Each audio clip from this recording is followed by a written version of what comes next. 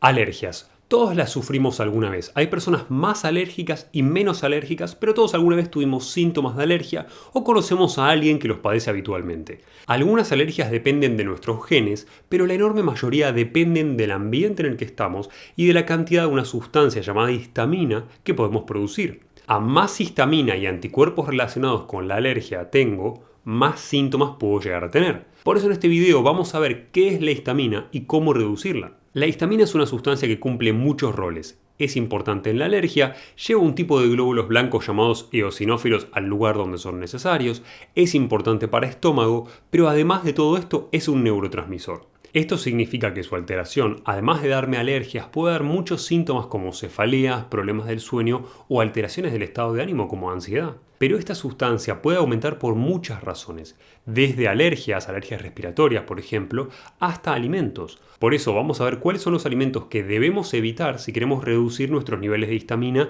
y nuestra respuesta alérgica. Cuando hablamos de histamina en los alimentos, tenemos que entender cómo llegó la histamina al alimento en primer lugar. Y es interesante que sepas que realmente son las bacterias las que producen histamina. Por eso, cualquier alimento que sea viejo, cualquier alimento que sea de varios días, en el que hayan crecido bacterias o sea fermentado, aumenta sus niveles de histamina. No es solo un tema de pensar qué alimentos puedo consumir y qué alimentos no puedo consumir, sino también de entender cuán fresco es el alimento que voy a comer y si es un alimento en el que crecieron bacterias o no. Si siempre pensaste que los alimentos fermentados eran buenos, esto no significa que estén mal. Lo que tenés que entender es que la medicina del futuro es personalizada. Ya no hay más recetas universales y dietas que funcionan para todo el mundo. Los alimentos fermentados son maravillosos para aquellas personas que necesitan repoblar las bacterias de su intestino y mejorar su microbiota, pero pueden aumentar mucho los síntomas de personas con distensión abdominal, con gases, con intolerancia a la histamina o simplemente con sobrecrecimiento bacteriano. ¿Cómo sé si tengo un problema con la histamina en mi cuerpo entonces? ¿Cómo puedo darme cuenta? Si soy una persona alérgica, va a ser muy evidente. Pero ¿qué sucede si no lo soy? Bueno, la intolerancia a la histamina puede darnos síntomas como cefaleas y migrañas, rinitis crónica, problemas de los senos paranasales, diarrea, asma, a nivel cardiovascular puede darnos palpitaciones, mareos y baja presión arterial, y a nivel de la piel puede darnos enrojecimiento y picazón. Y todos estos síntomas pueden aparecer simplemente luego de consumir alimentos que aumentan nuestros niveles de histamina. Con lo cual, si sospechás de este cuadro, probá alimentos ricos en histamina y evalúa si tenés alguno de estos síntomas luego. Sabiendo esto, obviamente tu pregunta es ¿qué alimentos debemos evitar? ¿Cuáles son los alimentos que me aumentan la histamina? Como te mencionaba antes, la histamina la producen las bacterias, que básicamente transforman un aminoácido de los alimentos llamado histidina en esta sustancia, con lo cual alimentos fermentados van a generarme más síntomas. Si este es nuestro caso, debemos evitar cualquier tipo de alcohol, carnes conservadas o ahumadas, fiambres, quesos añejados, comida enlatada, que al igual deberías evitarla siempre, palta o aguacate, chocolate, huevos, soja, nueces, frutilla, espinaca, mostaza y alimentos fermentados como el chucrut, el natto o el kimchi. Como ves en esta lista hay muchos alimentos que sí son saludables, pero que son ricos en histamina, con lo cual si tenés estos síntomas no debes comerlos, pero si no tenés síntomas de intolerancia a la histamina podés comerlos sin problema. Pero un concepto que es cada vez más confuso y que tenemos que tener claro cuando hablamos de alimentación y cuando hablamos de cómo reducir la histamina es entender la diferencia entre alergia e intolerancia. Obviamente no son lo mismo. Cuando hablamos de alergias, hablamos de nuestro sistema inmune reaccionando frente a algo, a lo que llamamos antígeno, como si fuera una amenaza, cuando no lo es, y disparando una respuesta inmune importante dada por unos anticuerpos llamados inmunoglobulina E. Mientras que cuando hablamos de intolerancias, hablamos de un proceso generalmente digestivo en el cual no puedo digerir una cierta sustancia. En el caso de la intolerancia a la histamina y todos los síntomas que te mencioné antes, una enzima llamada diaminooxidasa o DAO no alcanza como para deshacerse de toda la histamina que entra a tu sistema digestivo y comienzan las reacciones y los síntomas. Y si querés saber a qué alimentos tenés intolerancias, podés hacer un test de eliminación, eliminando el alimento del que sospechás y ver si desaparecen los síntomas. También existen test comerciales de intolerancias alimentarias, pero aún son muy imperfectos y están llenos de falsos positivos. O sea, nos pueden indicar que somos intolerantes a un alimento al que realmente no lo somos. Pero si tengo los síntomas que vimos antes, reducir los niveles de histamina siempre me va a ayudar.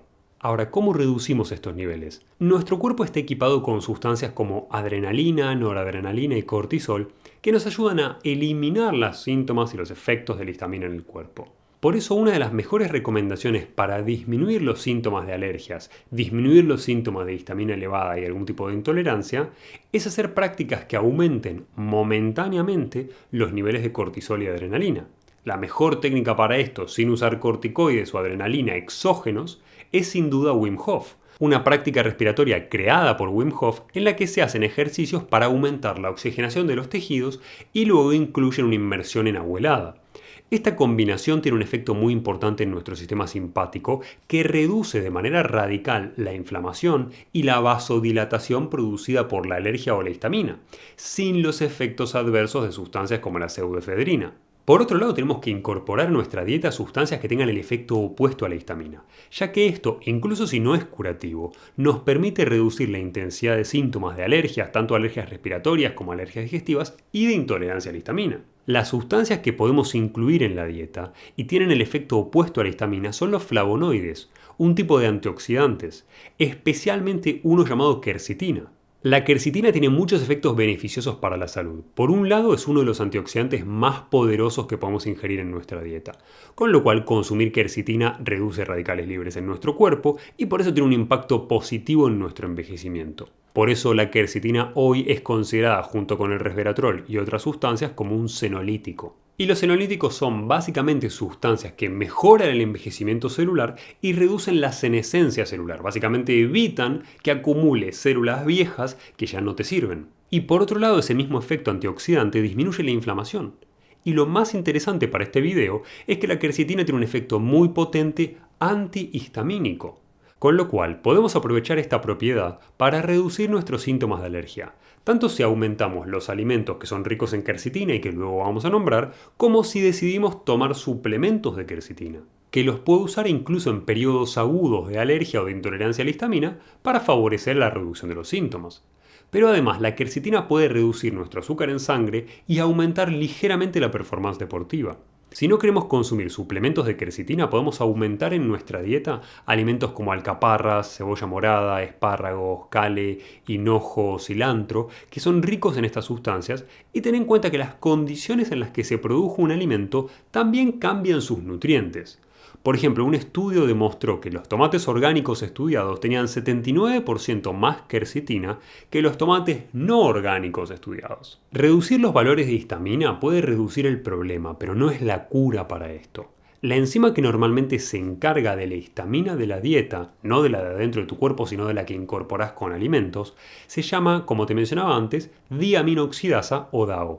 Y si queremos resolver este cuadro, tenemos que aumentar esta enzima para no tener problemas con la histamina a futuro. Y tenemos varias opciones para hacerlo. Podemos aumentar nuestro consumo de algunas vísceras como riñones, que son ricos en DAO por un lado, y por otro lado podemos tomar suplementos de DAO junto con la comida para no tener estos síntomas de histamina. Pero para realmente mejorar el cuadro de base debemos mejorar nuestra mucosa intestinal, que es la principal productora de esta enzima que reduce la histamina cuando funciona correctamente. Y para esto podemos hacer ayuno intermitente o momentos muy breves de ayuno prolongado y mejorar nuestra flora bacteriana. Te dejo más videos sobre estos dos puntos en la descripción si querés saber cómo hacerlos. Pero en conclusión, si tenemos una intolerancia a alimentos o a la histamina, debemos reducir nuestros niveles de histamina que entran al sistema digestivo, eliminando los alimentos ricos en histamina y consumiendo más alimentos ricos en quercetina o en DAO. Si tenemos síntomas, podemos reducirlos con métodos como Wim Hof en el momento, pero la mejoría real sucede cuando aumentamos nuestros niveles de la enzima que efectivamente se encarga de deshacer esa histamina. Reparar este tipo de problemas es importante porque no solo mejora nuestra calidad de vida y reduce síntomas de intolerancia y alergia, sino que evita problemas digestivos más graves a futuro. Y recordá siempre que la alimentación ideal para vos es la alimentación que tiene en cuenta todas estas individualidades: dónde vivís, cuántos años tenés, cuán activo sos, si tenés problemas digestivos de algún tipo o no. Espero que te haya gustado este video y nos vemos en el próximo.